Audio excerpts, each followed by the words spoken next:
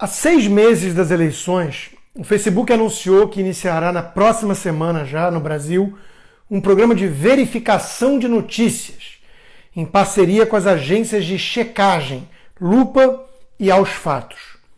Segundo a plataforma, os dois serviços ligados à International Fact Checking Network, rede de checadores organizada pelo Instituto Poynter nos Estados Unidos, terão acesso às notícias denunciadas como falsas pelos usuários. Aquelas que as agências confirmarem como falsas terão sua distribuição orgânica reduzida de forma significativa, não podendo mais ser impulsionadas, diz o Facebook. Páginas que repetidamente compartilharem notícias falsas, supostamente falsas, terão todo o seu alcance diminuído, afirma a rede, não podendo mais comprar anúncio para aumentar a sua audiência. O poeta romano Juvenal perguntava: quem vigia o vigia? A credibilidade desses checadores ou censores não é das melhores. Afinal, basta uma rápida busca em seus perfis para ficar claro que são quase todos de esquerda ou extrema esquerda, progressistas, entre aspas, como a linha geral adotada pela própria rede social, que se vende como plataforma neutra, mas que claramente tem um lado, um viés ideológico. Eis como funciona na prática o ciclo de censura, o mecanismo, que eles montaram. O Facebook implementa regras propositalmente vagas sobre censura a conteúdo. A empresa contrata, então, preferencialmente pessoas ou agências de extrema esquerda, ou faz parceria com essas organizações. Os jornalistas ou militantes dentro dos jornais fazem textos contínuos denunciando as tais fake news ou crimes de ódio, que, segundo eles, teriam sido cometidos pelos direitistas. O Facebook utiliza esse material como pretexto para a velha censura. Um grupo de direita que tem sido alvo aí dessa gente, fez um levantamento sobre os principais censores. Eu tive acesso a esse dossiê e o resultado é impressionante. Em todos os 36 censores ou checadores levantados com fartas evidências, não há absolutamente nenhum de direita, centro e nem mesmo esquerda moderada, por exemplo, um PSDB. A agência pública, a maior das agências de checagem, possui 24 pessoas, incluindo 8 conselheiros, dos quais 20 são de extrema esquerda, segundo esse grupo, sendo 2 indefinidos e outros 2 de uma esquerda genérica padrão, assim, em rede, Marina Silva.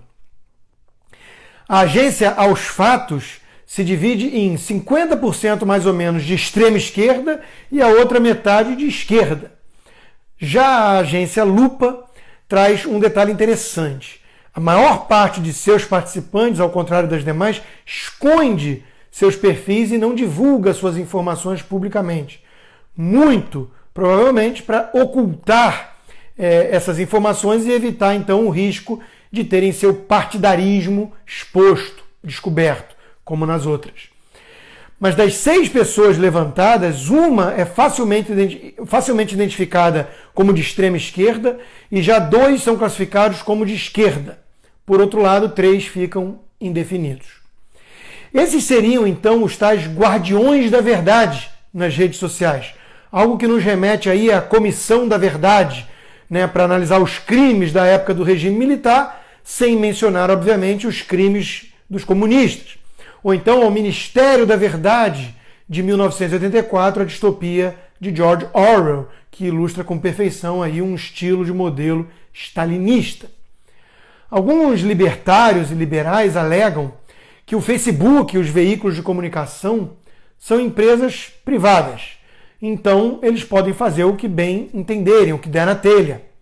É um argumento aceitável, mas ignora alguns detalhes importantes, que obviamente são essenciais.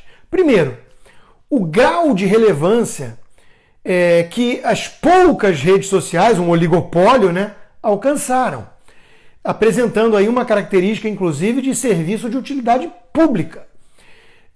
Gravamos um podcast, Ideias, na Gazeta, sobre isso. Imaginem uma empresa privada de eletricidade cortando a luz de alguém por sua ideologia, por seu viés político. Segundo item, essa postura fere o próprio contrato com o próprio usuário, que nada é dito disso, sobre esse assunto, em relação às suas preferências ideológicas, na hora de fazer a assinatura, criar um perfil.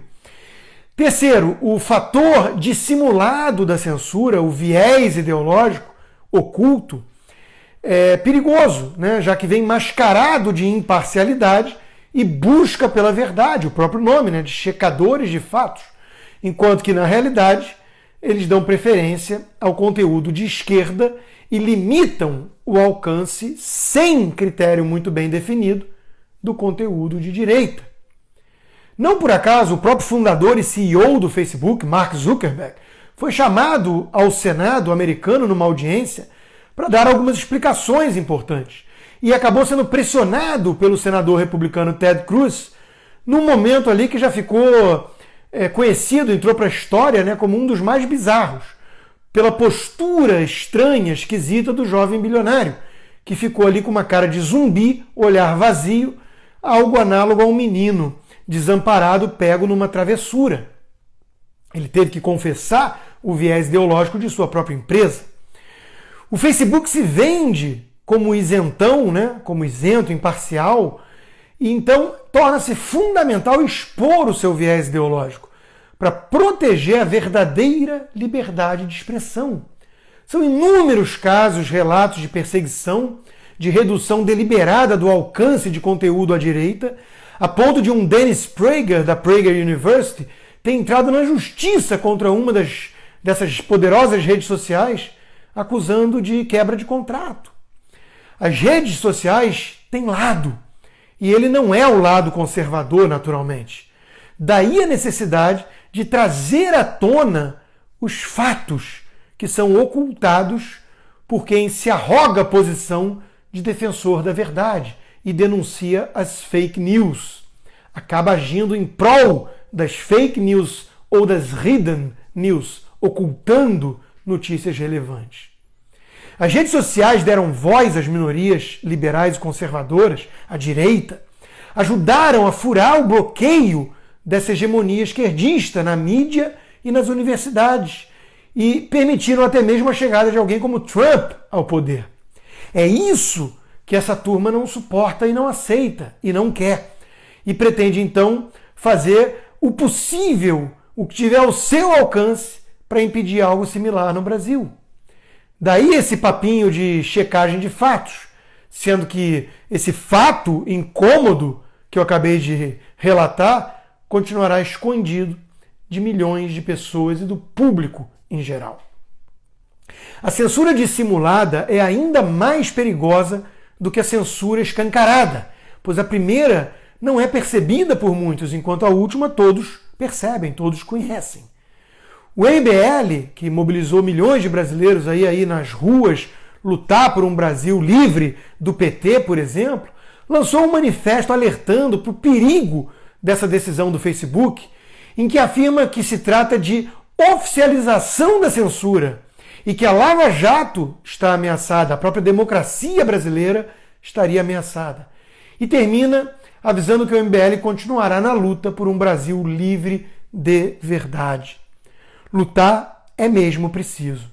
Não podemos aceitar um conchavo do establishment para calar a nossa voz, para tentar resgatar a hegemonia confortável de uma única visão de mundo, aquela canhota, sinistra, equivocada.